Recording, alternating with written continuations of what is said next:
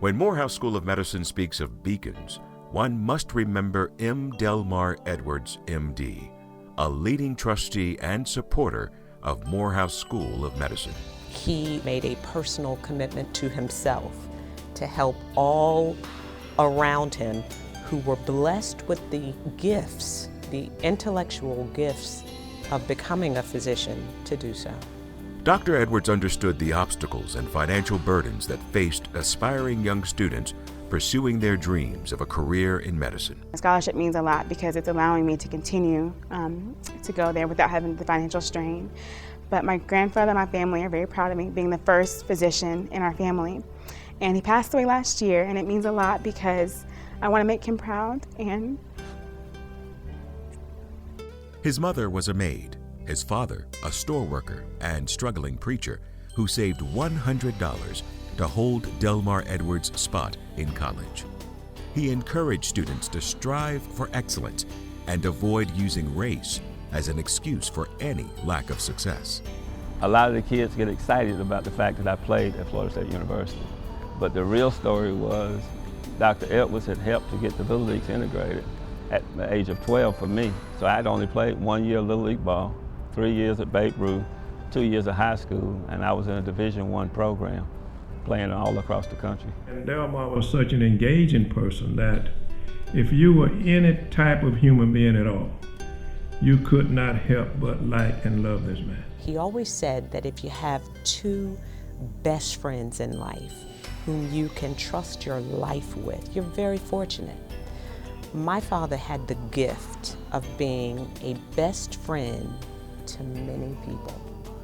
His personal commitment extended beyond individual encouragement and mentoring into significant philanthropic support that revitalized communities and organizations and that assisted many medical students in fulfilling their dreams. The good Lord puts certain people, special people here for a purpose, and he put Delmar in Columbus at a time when most of us couldn't have survived. He saw an opportunity to bring educated people together from across diverse backgrounds, from across cultures, and said, we can either go down a path that none of us want to see, or we can come together now and bring this city together and heal it. And that's what I saw them do. He sort of stood alone. I mean, he's a very brave man, really. He stood alone, but he encouraged other black physicians to come to Columbus, and he would find ways of supporting them. He had a great effect on the business community and in the religious community. He sang in his choir and was a faithful member of his church. All of us stood on his shoulders here. He blazed the trail here in Columbus for a lot of people, not just African-American physicians, but for all physicians. Dr. Edwards passed away September 11, 2009, yet his legacy continues through the scholarship that bears his name. This was a poor boy who's changed so many lives that it now ripples across time.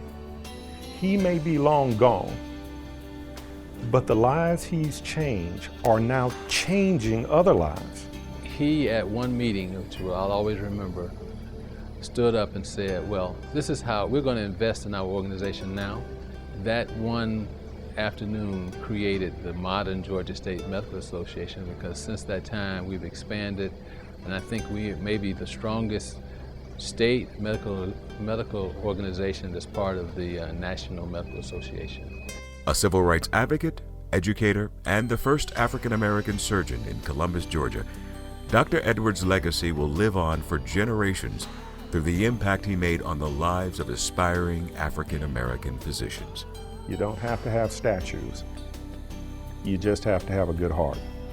And you want to change the world, you can do it one person at a time. He laid the groundwork for the future physicians that came here. And I would like all the physicians too, that in any community where you are or anywhere you go, to lay the groundwork too for other minority physicians. I heard him once say that the good Lord would not be outdone by our generosity. The good Lord would not be outdone by our generosity. That was Delmar Edwards. I have not met the kind of person that I saw in Dr. Delmar Edwards. I just haven't met them yet. And I hope that I do, because the world needs more of them.